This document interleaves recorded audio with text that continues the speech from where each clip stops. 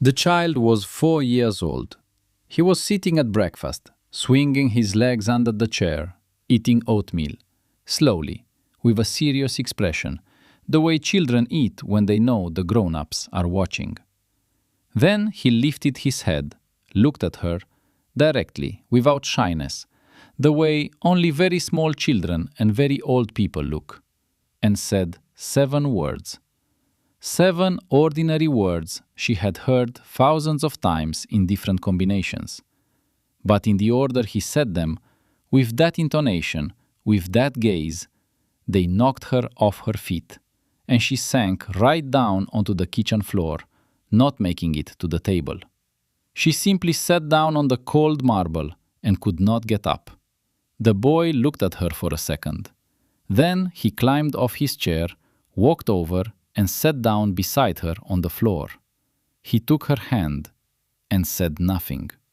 A 4-year-old child who apparently already knew. Sometimes a person just needs to sit on the floor, and that is perfectly all right.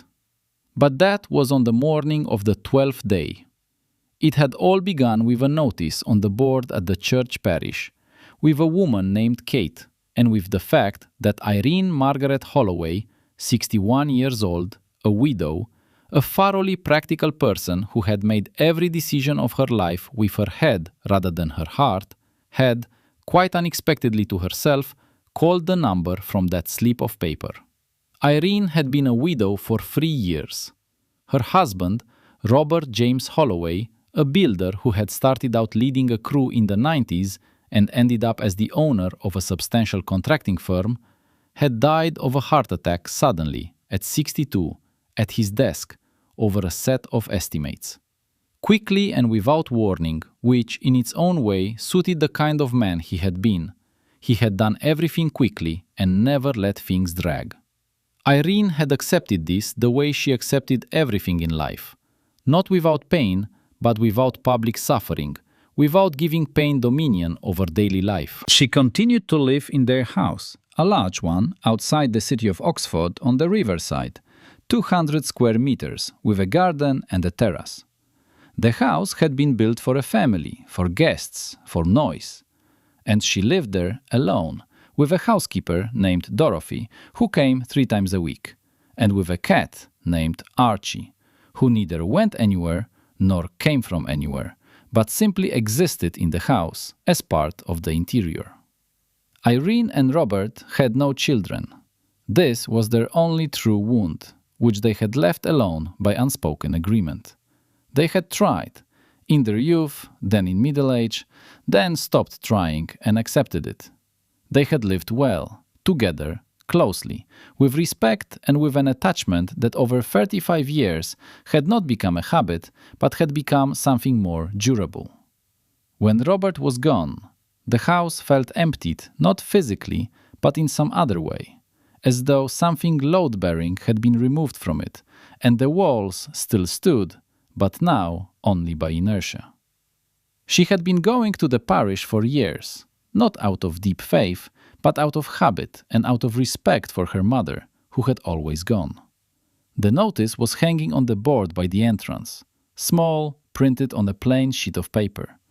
Young woman with a small child seeks temporary accommodation. Employed, non-smoking, non-drinking. Has a recommendation from the rector. Any assistance, please call. And the phone number. Irene read it and walked on. She attended the service. She came out, read it again. She stood for a second. She took out her phone and photographed the notice, just so as not to forget the number, she told herself. Just to have a look. At home, she spent 3 hours on her own affairs. Invoices, letters, a call to the accountant about the business of her husband's company, which she had still not fully wound down. Then she sat with her tea and looked out at the river through the glass wall of the terrace. Then she picked up the phone and dialed the number. They answered on the 3rd ring. "Hello," said a voice, young, slightly husky, not from sleep, but as though from tiredness. "I'm calling about the notice," said Irene, "about the accommodation." A brief pause. "Yes," said the voice, "that's me." What is your name? Kate, Catherine Ann Morrison. How old is the child? 4, a boy, Alex. When do you need accommodation? As soon as possible, said Kate, without a pause, which meant the situation was genuinely urgent. Come tomorrow, said Irene. We'll take a look at each other. I'll give you the address. She gave the address, hung up the phone. Then she sat for a long time with the phone in her hand, thinking what she was doing and why. She found no clear answer. She went to bed. Kate arrived the following day at 11, by bus to the stop, then on foot, which already said something. With the child in her arms, he was not walking on his own, but sitting at his mother's hip, holding onto her jacket. Irene opened the door and for the first second simply looked. Kate, about 27, not tall, dark-haired, drawn, but holding herself straight.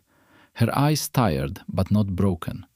Dressed neatly, though not expensively. On her feet, winter boots with a worn toe. The boy, dark-haired like his mother, with large grey eyes that looked at Irene attentively and seriously. "Good morning," said Kate. "I'm Kate." "Irene," she said. "Come in." They went through to the sitting room. Irene put the kettle on, automatically, without thinking, her hands doing it on their own. Alex climbed down from his mother's arms when he was sat on the sofa and immediately fixed his gaze on the cat Archie, who was lying in the armchair pretending to sleep. "Cat," said Alex, not to his mother, not to Irene, simply stating a fact. "Archie," said Irene. "Nice?" asked Alex. "Willful," said Irene. Alex thought for a second and apparently decided this was acceptable. He climbed off the sofa and went toward the cat. Irene watched Kate. She was watching her son, with the expression of a mother who had grown accustomed to the fact that in an unfamiliar place there might be danger, and was now keeping watch. "Archie doesn't scratch," said Irene. "He's too lazy." Kate relaxed her shoulders slightly. "Tell me," said Irene, pouring the tea. Kate told her story in brief. An orphanage from the age of 9. Her parents had lost their parental rights. She had tried to live on her own from 18, a hostel, work, courses. She had worked as a nursery teacher at a private kindergarten, then at a cafe, then at the nursery again. Alex had come along. His father had not stayed. Not out of malice, simply he was not ready. She said this without bitterness, simply as a fact. She had been renting a room in London for 3 years.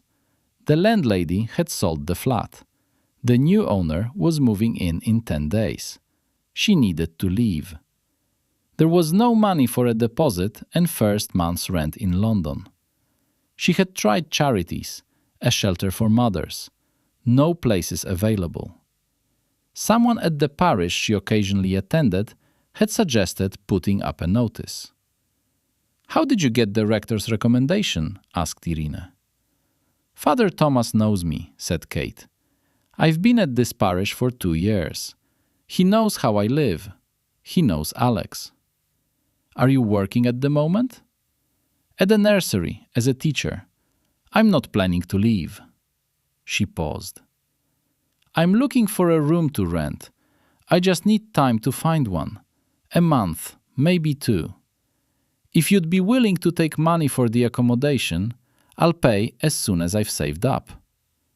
"I don't need money," said Irene. Kate looked at her. "Why not?"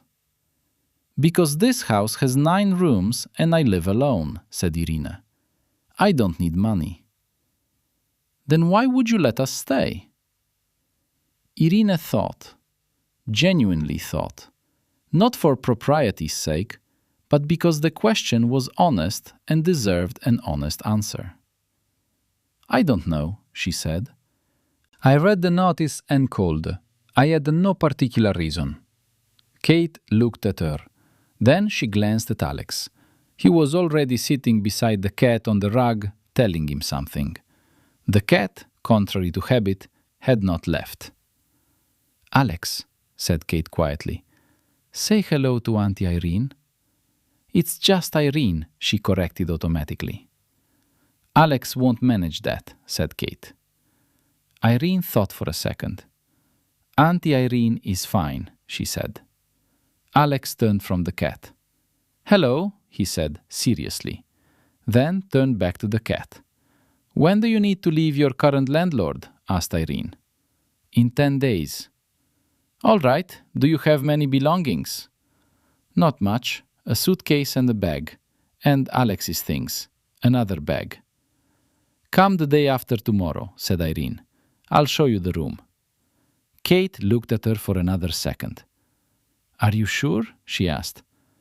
"I'm not in the habit of doing things I'm not sure about," said Irene. "The day after tomorrow." Kate came the day after tomorrow. Irene showed her 2 rooms. Kate chose. She chose the smaller one with the window looking onto the garden. She explained, "Alex likes to look at trees." This said something about Kate as a mother. They settled in quietly, without fuss.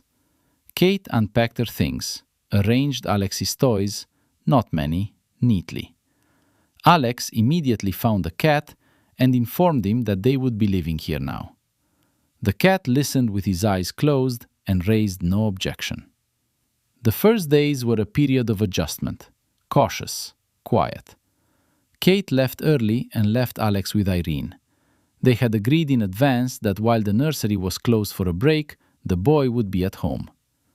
Irene agreed, not because she wanted to look after a child, but because there was no other option and it was the logical thing to do. She did not know how to behave with children. She had no experience at all, not in her whole life. Robert's nephews had come rarely and briefly.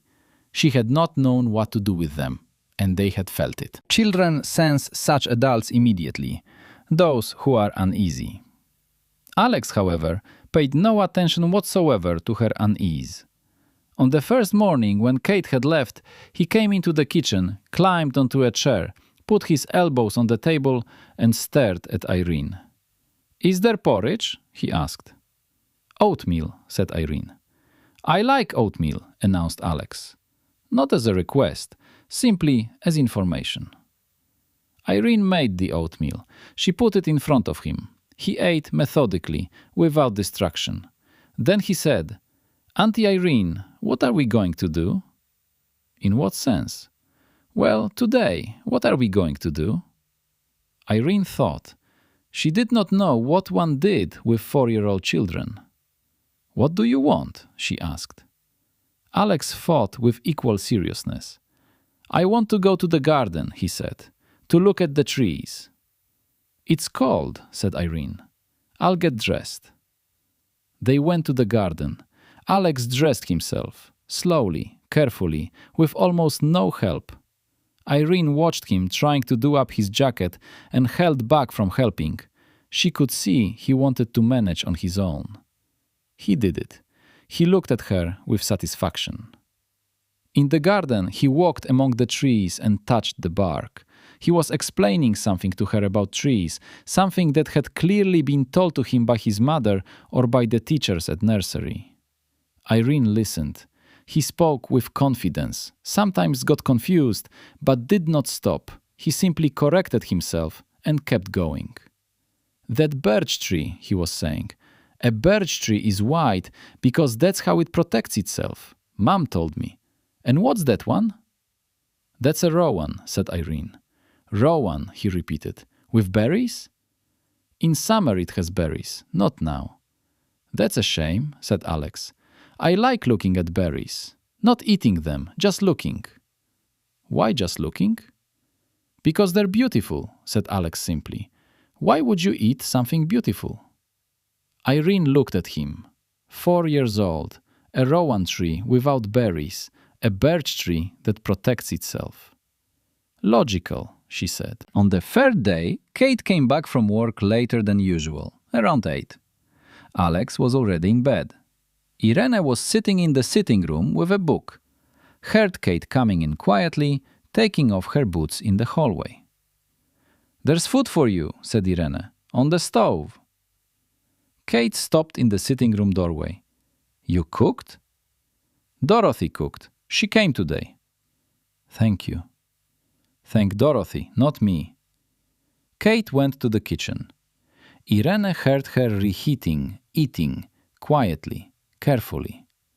Then Kate came into the sitting room, stood against the wall.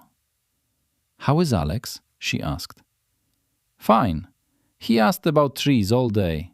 Then he drew. Then the cat came and lay down beside him.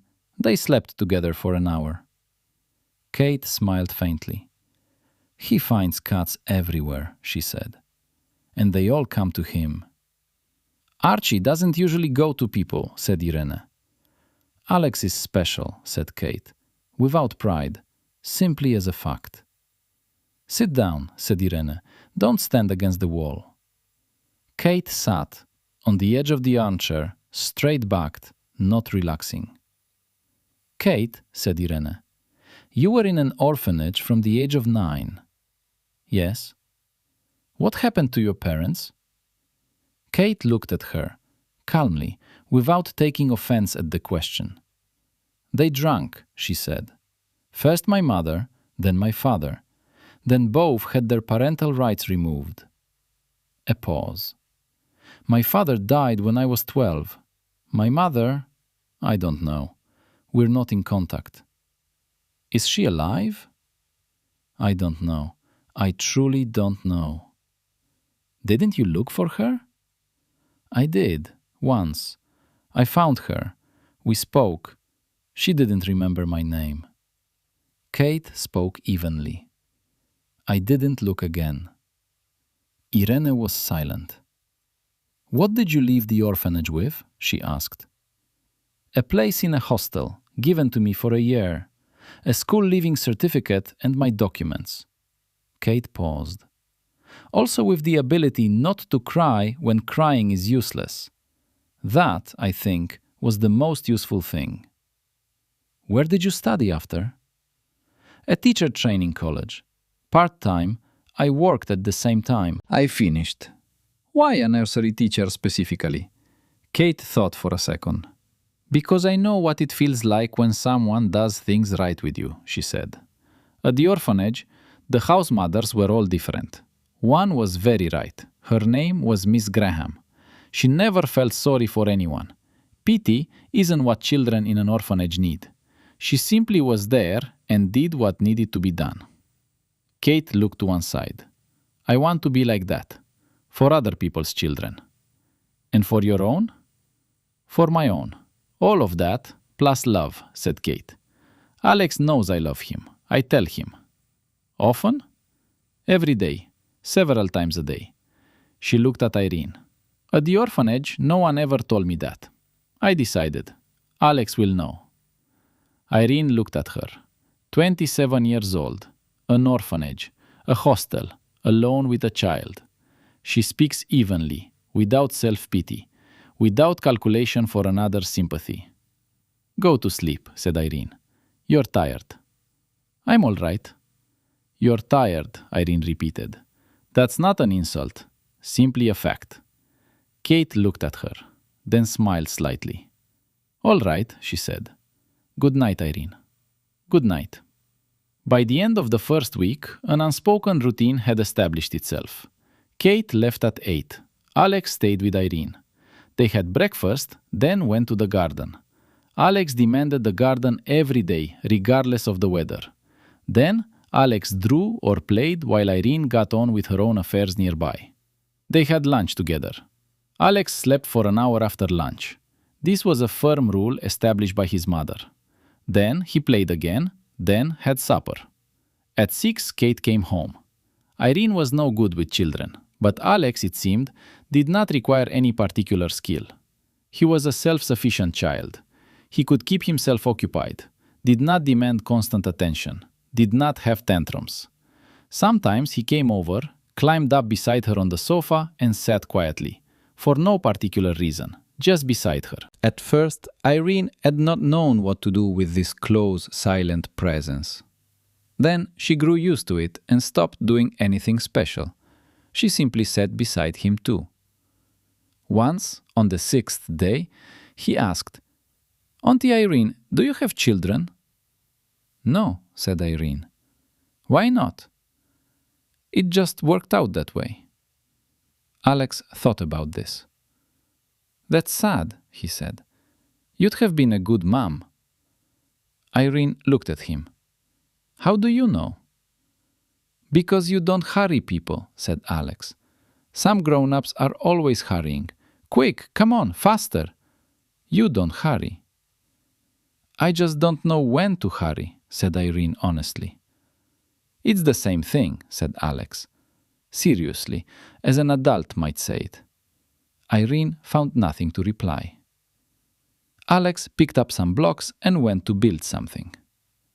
On the 8th day, Dorothy called. "Irene, I'm not well. I won't be able to come on Friday." "That's all right, Dorothy. Get better soon." "Will you manage? There's the child there now." "I'll manage," said Irene. She managed. She made soup herself, for the first time in a long while. When Robert was alive, she had cooked regularly, then got out of the habit. The soup turned out well. Alex ate 2 bowls and said, "Delicious, like Mom's." This was apparently the highest possible praise. That same evening, Kate came home earlier than usual. She went to the kitchen. The soup was still there. Irene had left it out. Kate saw it, ladled herself some, ate. Then sat over her bowl in silence for a long time. "Kate," said Irene. "What? Has something happened?" Kate lifted her head. "No." A pause. "Yes." Another pause. "The nursery has cut a position. They said it's temporary, but I understand it isn't." She spoke evenly. "I'm looking for another place. There's an option at another nursery, but they pay less, and it's further to travel." "How much less?" Kate named the figure. Irene was silent for a second. "Take it," she said. "Stability is worth more than an extra few hundred a month." "A few hundred isn't extra," said Kate. "For you right now, it is. Because an unstable job will cost you more." Kate looked at her.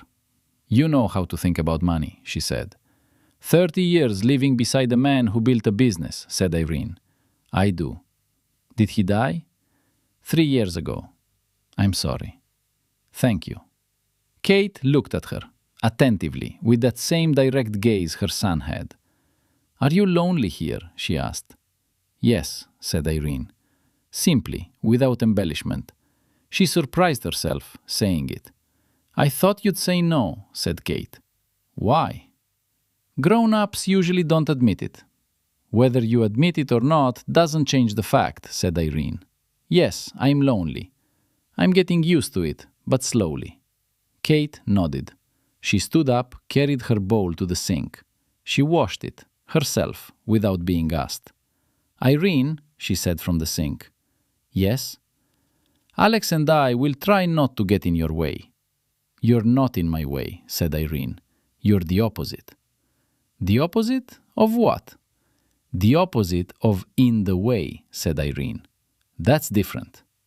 Kate turned with a slightly surprised expression, then nodded and went to Alex.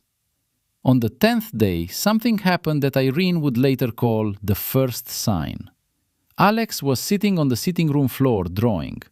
This was his constant occupation. Irene was passing by and stopped to look. On the sheet was a family, the way children draw, stick figures with circles for heads, labels in printed letters that Alex could already write a little. Above one figure was written Mom. Above another, Alex. The third figure was large, also with a circle head. "Who is that?" asked Irene. Alex looked at his drawing. "I haven't decided yet," he said. "Why not?" "Because I don't know what's right," said Alex. Seriously, like someone for whom it matters to do things properly. "Mom says, don't invent things that aren't there, but I wanted to draw you." But you're not our family. Irene looked at him. Draw it, she said. But you're not. Draw it, Irene repeated. It's your drawing. Draw it however you want. Alex thought for a second. Then he wrote above the third figure, carefully with his tongue poking out. Auntie Irene. There, he said. Now it's right. Right, agreed Irene. She went to the window and looked out at the river for a few minutes. Then went to the kitchen to put the kettle on. Her hands, she noticed, were perfectly steady. Only something in her chest was different from usual. Something unfamiliar, as though a window had been opened in a room where no window had been opened for a long time. That evening she called Margaret, a long-standing friend whom she saw rarely but phoned often. Margaret, she said, I've taken in a young woman with a child. You've done what? Said Margaret. Why? I read a notice at the parish. Irene, have you lost your mind? Who are they even? Normal people, said Irene. She's an orphan, works as a nursery teacher. Even so, taking strangers into your house? Margaret, said Irene, I have 9 rooms. That's not the point. It is the point, to me. Irene paused.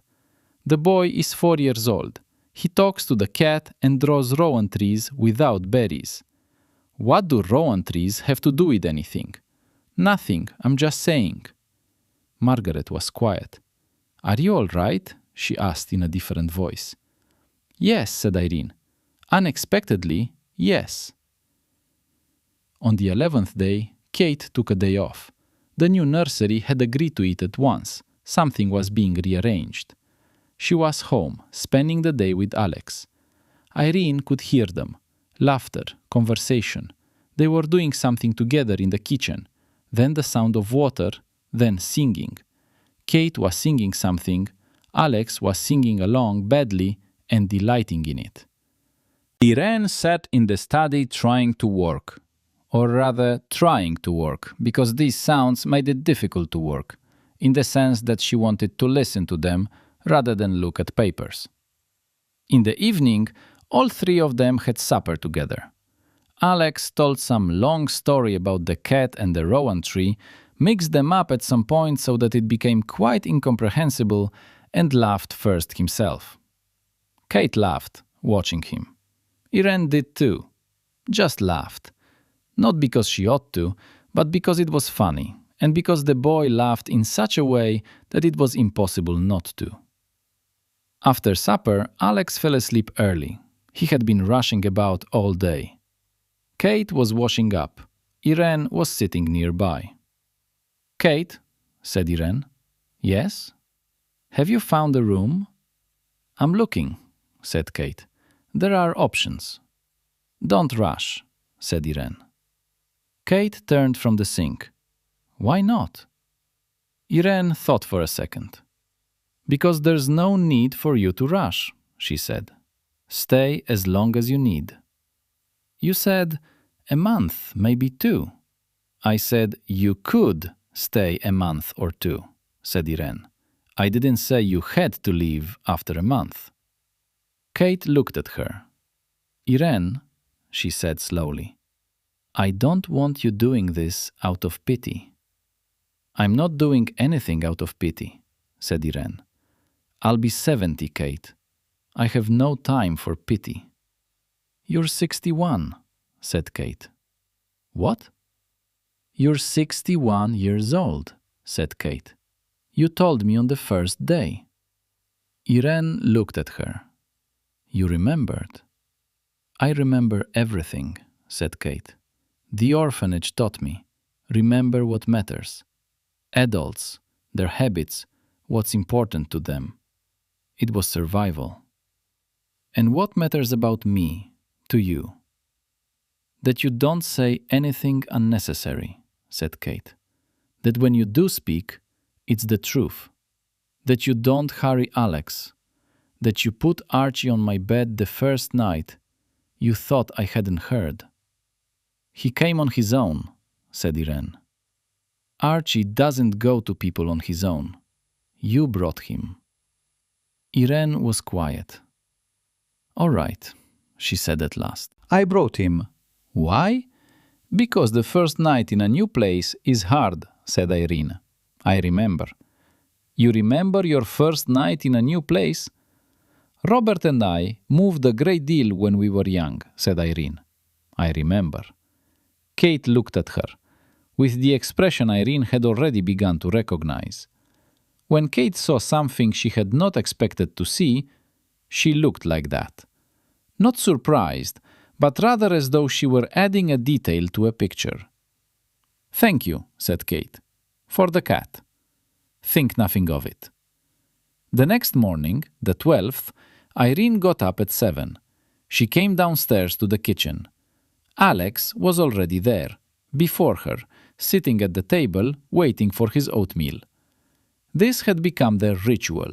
He came, she cooked. He ate, then they went to the garden. Irene put the porridge on and stirred. Alex swung his legs under the chair and watched her. "Auntie Irene," he said. "What?" "You remind me of my grandmother." Irene turned around. "You have a grandmother?" "No," said Alex. "Mom says there are no grandmothers, but I made up what she would have been like." He was looking at her carefully. "Just like you." Irene stood at the stove with a wooden spoon in her hand, looking at him. "Why like me?" she asked. Alex thought seriously, the way one thinks through something important. "Because you don't hurry people," he said. "And because of your hands."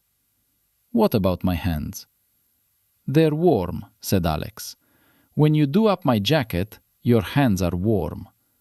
Mom said, "Grandmothers always have warm hands."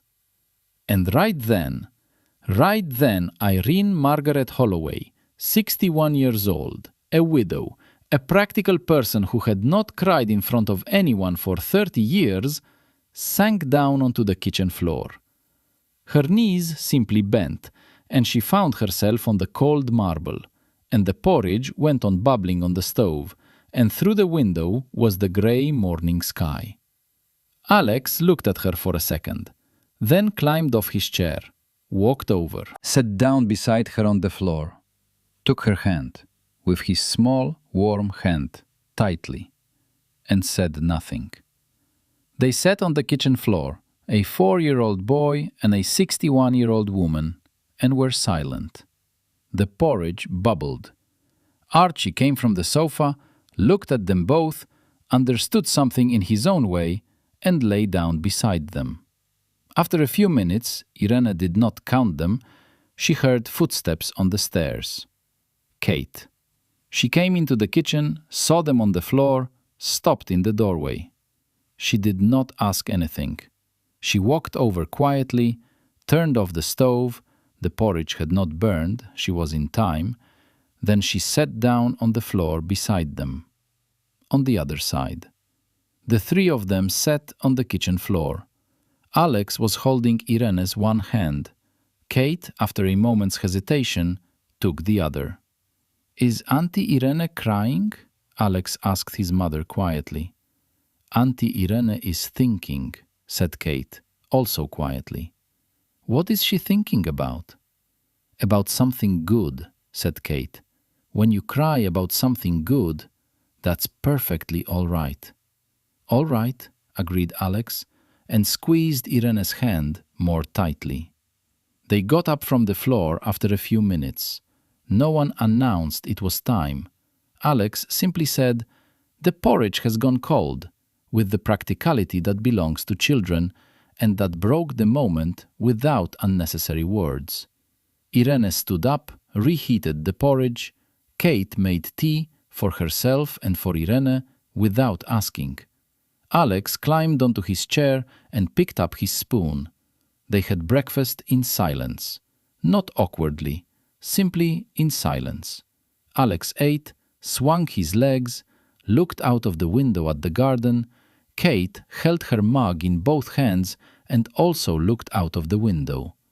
Irene sat and thought, not specifically, but the way one thinks after something has turned something inside over and it now needs time to settle back into place. "Are you at work today?" she asked Kate at last. "At 10. Kate looked at the clock. "Another hour. Alex will stay with me, if you don't mind." "I don't mind." Kate nodded, finished her tea, stood up, cleared her mug, went to get ready. Alex watched her go, then turned to Irene. "Auntie Irene," he said. "Yes." "Are you all right now?" "I'm all right," said Irene. "Good," said Alex. "Shall we go to the garden after breakfast?" "We shall." In the garden, he found the first snow. Not much, a thin layer, settled overnight. He crouched down and prodded it with his finger. Seriously, the way one prods something one wants to fully understand. "Cold," he reported. "Snow is cold," Irene confirmed. "Why is it white?" "Because it's made of water, and water is transparent, and when there are many small crystals, they reflect the light and appear white." Alex looked at the snow. "You know a lot," he said. "A little," said Irene. "No, a lot," Alex insisted. "You know about the birch tree, about snow, about the rowan. You know everything about the garden." "It's not difficult, living 30 years beside the garden." 30 years, repeated Alex. The number was evidently astronomical to him. "That's a very long time." "Not very long," said Irene again. "You'll understand later." Alex stood up, brushed off his knees, looked up at her. "Auntie Irene," he said, "will you be my grandmother?" Irene looked at him. The snow lay in a thin layer on the grass, on the branches of the rowan, on the old garden bench that Robert had put there 20 years ago, and which Irene had not removed, though he could have done with repainting. Grey sky, cold air, a boy with grey eyes who was looking at her and waiting for an answer. "That needs to be discussed with Mum," said Irene. "I'll ask Mum," said Alex immediately. "This evening I'll ask. I will." He nodded to himself, decided. "And if Mum says yes?" "If Mum says yes, then yes," said Irene. Alex smiled, widely, without guile, just smiled, the way one smiles when one has got what one wanted. "Good," he said, and went to look at more of the snow. Irene stood and looked at his back, small, in a blue jacket with his hat at an angle because he had done it up himself and it had slipped a little. Then she went after him, straightened his hat while he was looking at the snow. He did not turn around. He accepted it as a matter of course, the way children accept familiar care. That evening, when Kate came home, Alex was waiting for her in the hallway. Waiting. Literally sitting on the step, waiting. Kate came in, saw him. "What are you doing sitting there?" "Waiting for you," said Alex. "I need to ask you something." "What do you want to ask?" "Can Auntie Irene be my grandmother?" Kate stood in the hallway with her coat in her hands. She looked at her son. Then she raised her eyes. Irene was standing in the sitting room doorway. They looked at each other. "Alex," said Kate slowly, "you asked Auntie Irene yourself?" "I did," said Alex. She said, "Ask Mum. I'm asking." Kate hung up her coat. She crouched in front of her son. "Why do you want a grandmother?" she asked quietly. "Because everyone else has one," said Alex. "Tom has a grandmother, Sophie has one, Liam has one, but I don't." "Had you told me this before?" "No." Alex looked at her seriously. "You'd have been upset. You get upset when I talk about what we don't have." Kate was quiet for a second. "Alex," she said, "I'm not upset when you tell me the truth. I'm upset when you keep quiet about something important." "I kept quiet because there was no grandmother," said Alex. "But now there is. Auntie Irene is warm." "Warm?" Kate asked. "Warm hands," Alex explained. "Mum said grandmothers have warm hands. Auntie Irene's are warm. She qualifies." Kate looked at Irene again, for a long time. In her gaze there was a great deal. gratitude, and something cautious, and something else that Irene did not have time to name. "Irene," said Kate, "is this what you want?" "Yes," said Irene. She no longer surprised herself by speaking the truth without pausing. "That's an honest answer." "It's a big responsibility," said Kate. "For him, this is serious. If he calls you grandmother and then something changes—" "Nothing will change," said Irene. "You can't know that." "Kate," said Irene, "I am 61 years old. I don't make promises I don't intend to keep. It's too late in the day to start." Kate looked at her. Then she looked at her son. "Alex," she said, "go and wash your hands after being outside. Auntie Irene and I will have a talk." "And then will you tell me?" asked Alex. "Then we'll tell you." Alex went. He trusted his mother. That was visible in how easily he complied with the request, without bargaining or trying to stay and listen. They went through to the sitting room. They sat, Kate on the sofa, Irene in the armchair as usual. A brief silence. "Tell me," said Kate, "what you feel, honestly. Not what's right to say, but what is." Irene thought, honestly, for several seconds. "I've lived alone for 3 years," she said, "after Robert. Getting used to it slowly, as I said. Used to the house being empty. Used to there being no reason to cook for two. No reason to leave a light on in the kitchen when you go to bed early. Used to it." A pause. "Then you arrived, and I realized I hadn't got used to it. I'd simply stopped noticing that I hadn't." "Alex and I aren't a replacement for Robert," said Kate quietly. "I know," said Irene. "It's different. Completely different." She looked at her hands. "Robert is gone, and that is its own story which ended the way it ended. This is a different story. I don't confuse them." "But—" "There's no but," said Irene. "I'm simply saying what is. Your son sat beside me on the floor today and held my hand. He didn't ask what was wrong, didn't try to help with words. He just sat there and held my hand." A pause. "I don't know how a 4-year-old child knows that this is exactly what's needed, but he knew." Kate looked at her. "I taught him that," she said quietly. "At the orphanage, no one taught me. I taught Alex myself. When someone is hurting, no words are needed. You just need to be there." "You taught him well," said Irene. "I tried," said Kate. They were quiet. "Kate," said Irene, "I want to say something to you. About staying here. Not for a month, not for 2. I mean, properly." Kate looked at her without moving. "It's a large house," Irene continued. "I don't need all this space on my own. I don't need money. I have enough. Robert left things in order. I don't need you to feel indebted to me. That's not what I want." She spoke evenly, the way one speaks of business. "I need what has already been there for the past 12 days. That's all." "What has been there?" asked Kate. Her voice was quiet, careful. "Someone who comes home in the evening," said Irene. "Laughter in the kitchen. Porridge in the mornings. Archie, who went to your bed and stayed. A rowan tree without berries." Kate was silent for a long time. She looked at her hands, then out of the window, then back at Irene. "I don't know how to accept things," she said at last. "I've always managed on my own. From the age of 18, on my own.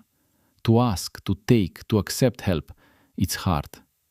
I know how to give, how to work, how to cope, but this, I don't know how."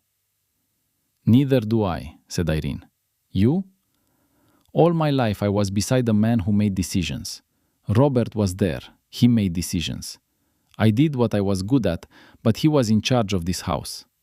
For 3 years I've been learning to be in charge myself and to make my own decisions." A pause. "That's hard too."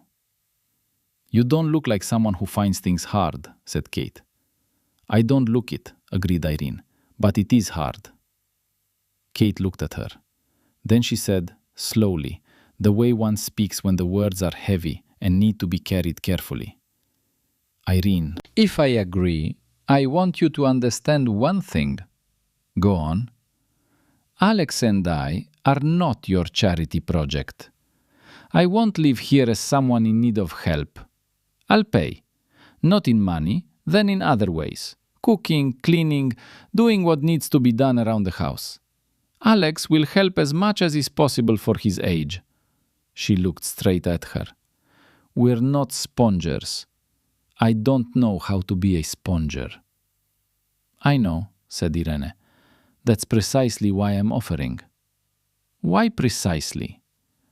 Because I would not have taken a sponger into this house.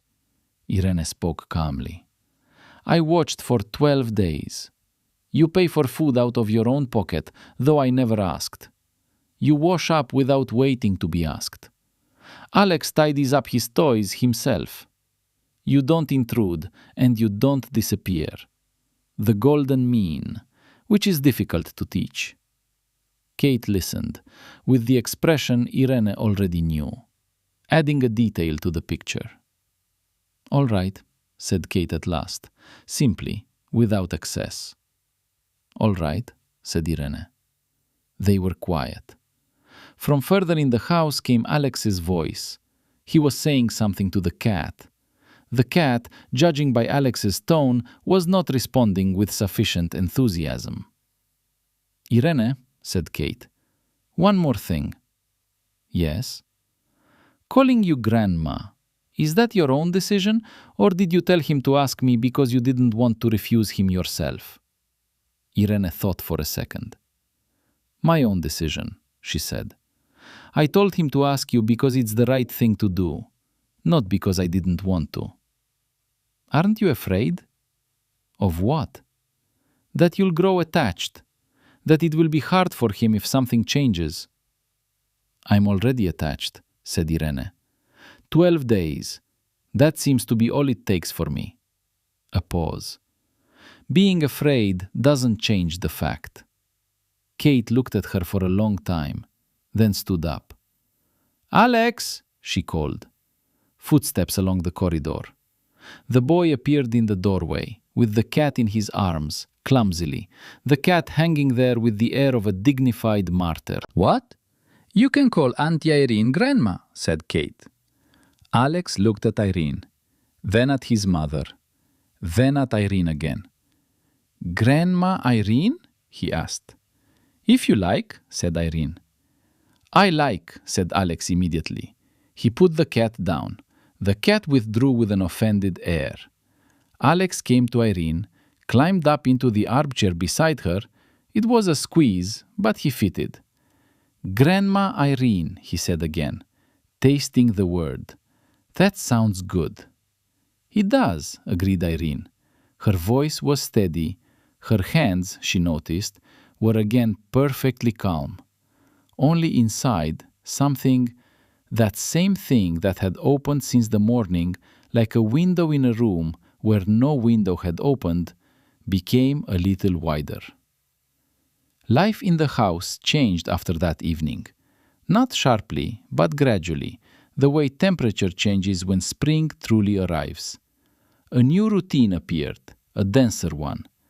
Kate took over breakfast at weekends. She cooked herself, without Dorothy, and these were serious breakfasts. Irene realized that Kate could cook properly, not just make soup, but genuinely cook, with an understanding of what goes with what. It turned out there had been a domestic science class at the orphanage, and Kate's house mother, Miss Graham, believed that everyone should know how to cook, not as a woman's duty, but as the ability to survive with dignity. Miss Graham was right, said Irene one day, tasting one of Kate's pies. She was right about almost everything, said Kate. Sometimes I think, what would she say about this or that decision? It's like an inner compass. You were lucky to have her. Very, said Kate simply. One right person in childhood is enough to understand afterwards what you need to be. Who else did you have apart from her? No one particular, said Kate. They were decent people, not bad, simply ordinary. But Miss Graham was special. She died when I was 16. She paused. I wrote my final paper in her memory, on methods of working with children in stressful situations. My tutor said, a very personal piece of work. I said, personal. He gave me top marks. Irina listened, then said, Kate, may I say something to you? Go ahead. You're a good person. I'm not saying it to say something pleasant. I'm saying it because I see it. Kate looked at her. That's hard for me to accept, she said. I know, said Irene. Try. How? Simply don't brush it aside, said Irene. Don't say, oh well, or it's not like that. Just accept it. Kate was quiet for a second. All right, she said. Thank you. You're welcome. Margaret came at the end of November. Irene had invited her specially. Margaret arrived with the skepticism she didn't conceal, and with curiosity she also didn't conceal. She came in, looked around. She saw Alex. He was sitting on the floor with the cat and the blocks, building something complicated. This is Alex, said Irene. I can see, said Margaret. Alex looked up. Good afternoon, he said. Are you Margaret? Margaret was slightly taken aback. I am. Grandma Irene told me about you, said Alex. She said, an old friend, but a good one. Old? Said Margaret. Long-standing, Irene corrected. I said long-standing. He said old, Margaret noted. I might have got it mixed up, said Alex generously, and went back to his blocks. Margaret looked at Irene. Grandma Irene? She said quietly. Yes, said Irene. Irene. Margaret, said Irene. Come to the kitchen. Kate's made a pie. Over the pie, Margaret, who had arrived a skeptic, gradually ceased to be one. Kate talked with her, calmly, directly, without trying to make an impression. Alex came in for a second piece, sat down beside Margaret and confided to her that the rowan tree stood without berries in winter, but in spring it would have berries. He would check. Margaret listened to him with the expression of someone who had not planned to listen but was listening. When they were leaving, Kate was putting Alex to bed. Irene walked Margaret to her car. Margaret was quiet at first. Then she said, I was wrong. About what? About saying, why would you need all this?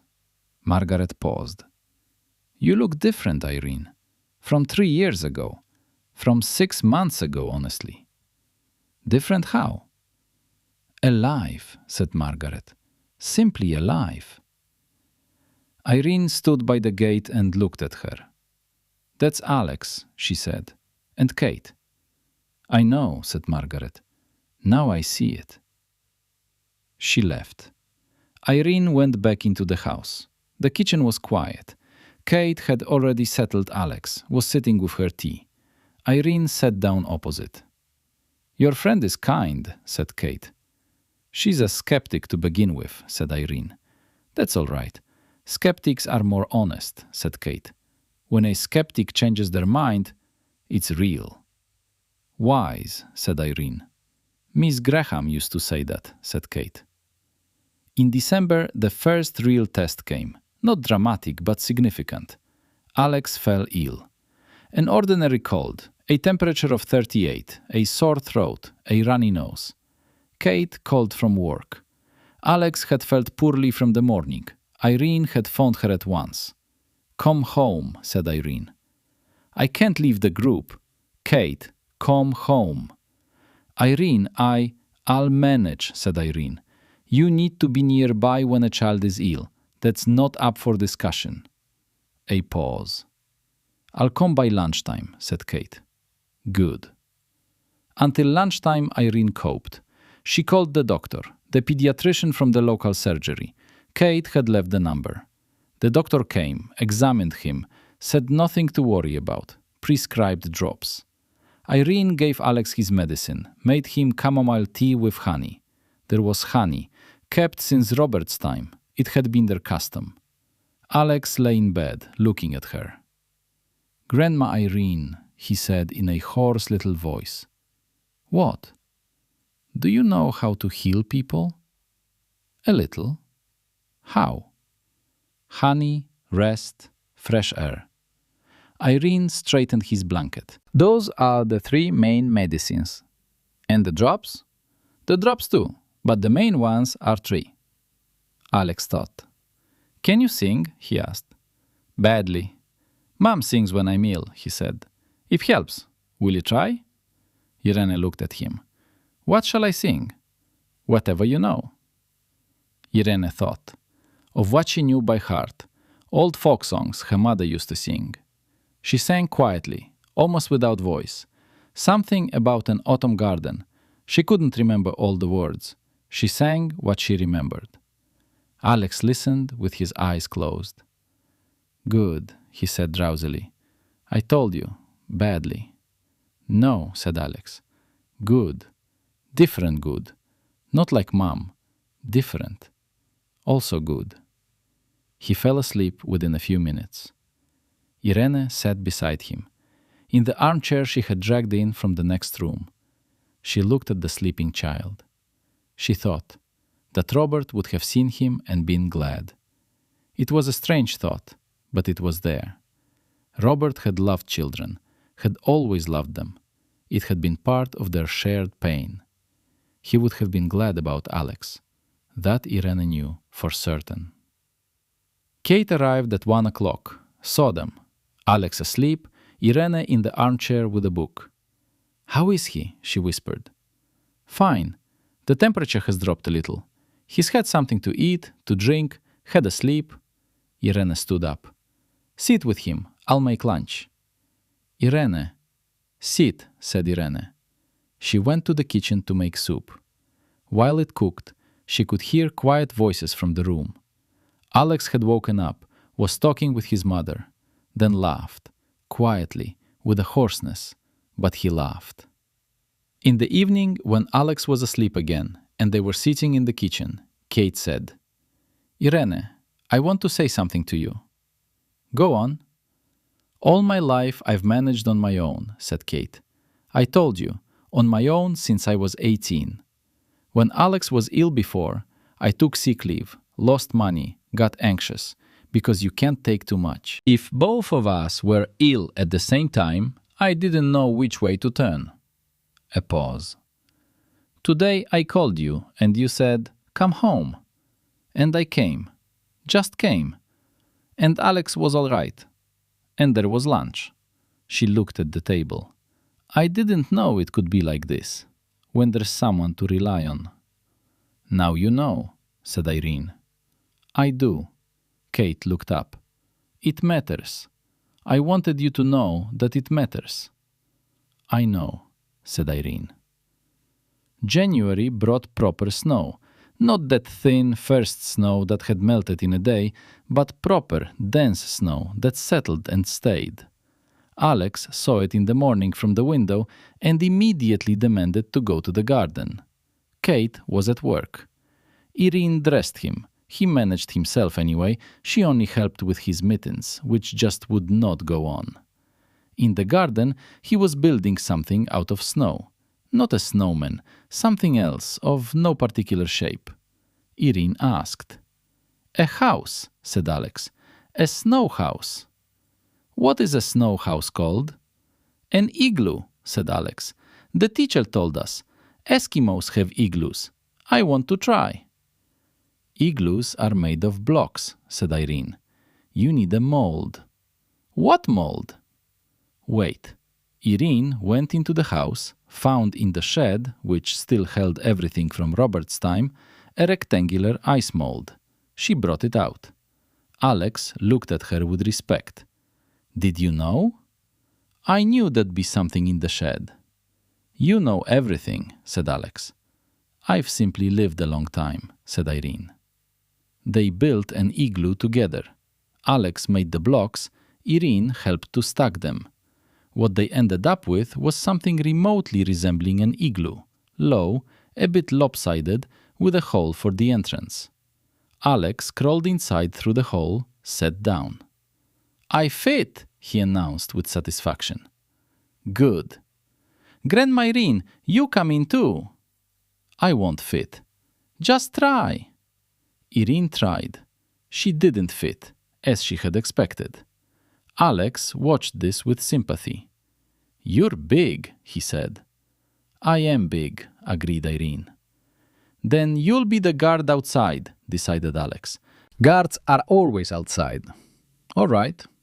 She stood outside the lopsided snow igloo and stood guard.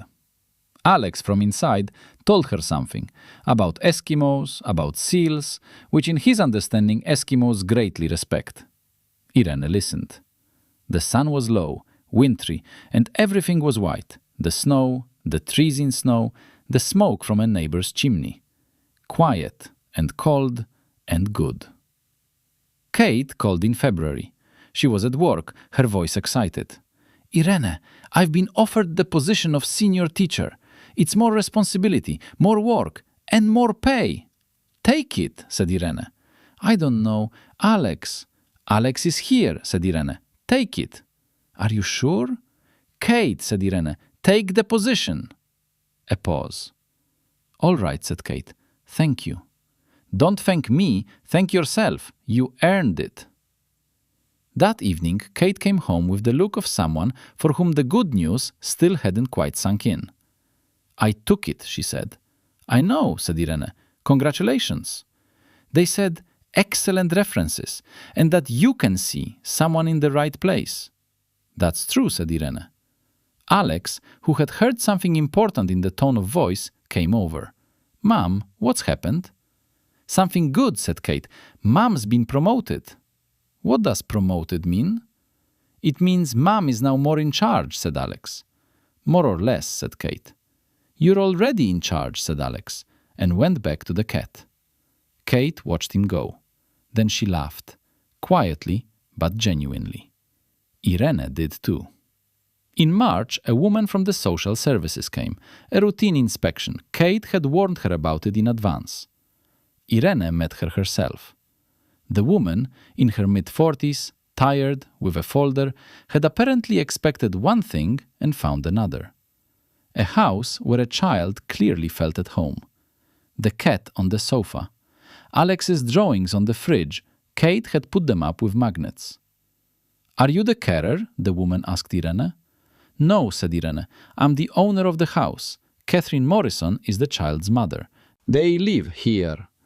"What is your relationship?" the woman asked carefully. "She calls me Grandma," said Alex, who had come in at that moment with the cat. "Because I decided." The woman looked at him, then at Irene, then wrote something in her folder. "I see," she said, and apparently she truly understood. Kate received a positive conclusion from the routine inspection. That was quite normal. She had not violated anything, but the paperwork came quicker than usual, and it said a little more than the standard lines. The inspector had written, "The child is in a stable, supportive environment and has a reliable system of attachment." Kate read this to Irene one evening.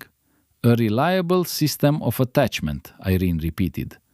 "That's you," said Kate. "That's us," Irene corrected. April. The rowan tree in the garden began to come back to life. The first leaves, small and sticky. Alex discovered them on a walk and ran to Irene. "Grandma Irene, leaves!" "I can see." "Will there be berries?" "In summer." "I'll wait," said Alex seriously. "I'm not going anywhere from here until I see the berries." Irene looked at him. "You're not going anywhere," she said. "Really?" "Really." "Do you promise?" "I promise." Alex nodded. Businesslike, the way one nods when an important matter is settled. He went on along the garden. That same evening, Alex was already asleep, Kate was sitting in the kitchen with her papers. She sometimes brought work home, something methodical, lesson plans. Irene was sitting nearby with a book. "Kate," said Irene. "Yes?" "I want to say something to you." Not urgent, but important. Kate put her papers aside. Go on. I have this house, said Irene. This one. And there is something else. Not a great deal, but it's there. Robert left things in order. She spoke evenly, the way one speaks of business. I have no children and no heirs. There are Robert's nephews. We see each other occasionally. They are decent people, but they are strangers to me. I've been thinking about this for a long time, not only now. I thought that all of this would in the end go to no one, or to the nephews, who don't know what to do with this house. Irene, Kate began. Wait, said Irene. I'm not talking about a will. That's not what I mean. A pause. I mean that this house is alive when you're here. I simply want you to know that I see that, and that it matters to me that it doesn't end. Kate was quiet. Are you afraid we'll leave? She asked softly. I am, said Irene. We're not planning to go anywhere. Life changes, said Irene. You're 27. Someone will come along, work will change, you'll want your own place. All of that is normal and right. I'm not holding you. But you're afraid we'll leave. Yes. Kate looked at her for a long time. Irene, she said. For 30 years, I lived without a place that was my own. A hostel, someone else's room, another someone else's. Alex was born, and I thought, someday there'll be something of our own, for him. She spoke quietly.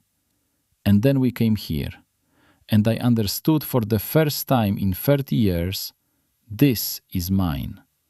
Not in the sense of ownership, in the sense that this is my place. I'm at home here. Alex laughs every day here. Irene listened.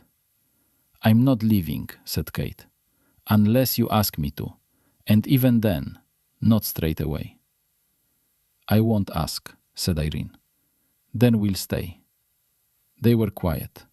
Outside, an April rain was falling, soft, warm, nothing like the November rain with which it had all begun. Kate, said Irene. Yes? Thank you for calling when you saw the notice. You were the one who called, said Kate. Yes, said Irene. I called. They smiled at the same time, almost the same smile. Irene thought about that afterwards. The way it happens with people who have lived alongside each other for a long time. In May, Margaret called again. She said, I want to come. She came with a cake and with news. Her granddaughter, who was 2, would be coming for the summer. Could she sometimes be here too, in Irene's garden? Of course, said Irene. Alex won't mind? Margaret looked at the boy. I don't mind, said Alex importantly. Small ones need to be taught. I'll teach her about trees. A fine thing to do, said Margaret seriously. Kate watched this and said nothing. Then she caught Irene's eye. She said nothing, just gave the slightest nod. Irene nodded back. In June, the first small berries appeared on the rowan, green still, unripe. Alex found them on a walk and came running to the house, swiftly, across the whole garden. Grandma Irene, berries! Irene came out. They walked together to the rowan. Alex pointed with his finger at the small green clusters. There, he said. You see? I told you there would be. You did, agreed Irene. I waited. You waited. Alex looked at the berries, with that expression with which he had looked at the bare branches back in November, when there had been nothing there. He just looked, without touching, just looked. Beautiful, he said. Beautiful. Why would you eat something beautiful? He said. His own phrase, the one from November. Irene remembered it. Why would you eat it? Agreed Irene. They stood side by side at the rowan, a small boy and an older woman, and looked at the green berries that would be red by autumn. Behind them, Kate came out onto the step, with mugs of tea, for Irene and for herself. She stood beside them, held out a mug to Irene. Did you find them? She asked. We found them, said Alex. We waited a long time. Since November, said Alex. That's a very long time. A long time, agreed Kate. But we found them. We found them, Alex repeated, and he was perfectly content with this. The way people are content who have waited for something important, and now it has come, and it is exactly as it should be. Irene held the mug in both hands, warm. She looked at the garden, at the birch tree that protects itself, at the rowan with its first berries, at Kate beside her, at Alex, who had already gone further along the garden and was telling himself something. Archie came out onto the step, looked at all three of them, decided everything was as it should be, and lay down in the sun. She thought that back in November she had read a notice and made a call, that she had not known why, that now she knew. Not because she had filled an emptiness. The emptiness after Robert was its own. It had not gone anywhere, and it was not meant to. But because beside that emptiness there was now something living, not instead, beside it. And that was right.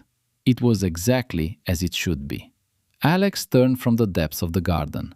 "Grandma Irene," he called. "Come here, there's something interesting." "Coming," said Irene. She put down her mug and went. Friends, write in the comments, what feelings did this story stir in you? Give it a like.